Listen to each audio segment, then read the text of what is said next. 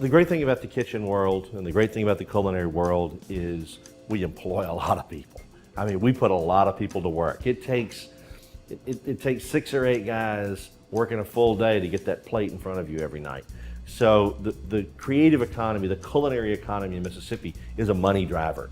I mean, we're putting money in the economy. These guys, they're spending every nickel we pay them, and they get out there and spend money on food and gas and everything. So the more people we can employ, you know, the better it's going to help this Mississippi economy.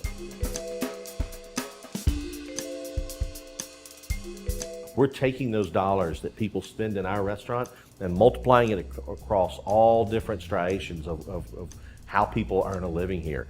You know, I pay guys to do my floor. I pay rent in a building. I've got a big payroll. I've got vendors.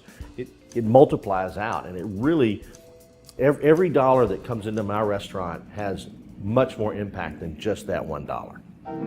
The one way Mississippi can really capitalize on its creative economy and on the culinary scene expanding around it is to really push it, to really push their dollars into these local restaurants. Really support the chefs, support the musicians.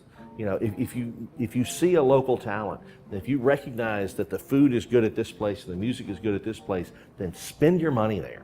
Put your dollars there. Anytime you think you're going to go to a chain restaurant, think again and say, wait a minute, I know the guy that owns this restaurant. I don't know Mr. Chili's, but I know Tom. And if I go spend my money there, then that money's going to stay here.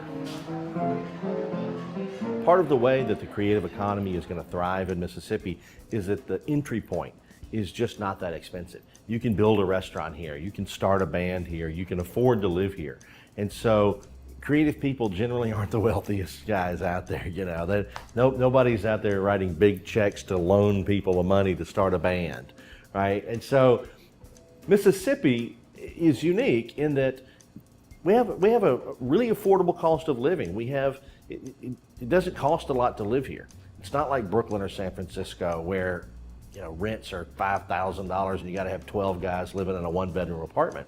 You know, in Mississippi, we can nurture creative economies. We can nurture creative people, and the more of them that come here, the more it just becomes a feedback loop, just this positive loop where the more that come here, the more that want to come here. And so we want to attract those creative people here. Once they get here, we want to nurture them and we want to keep them.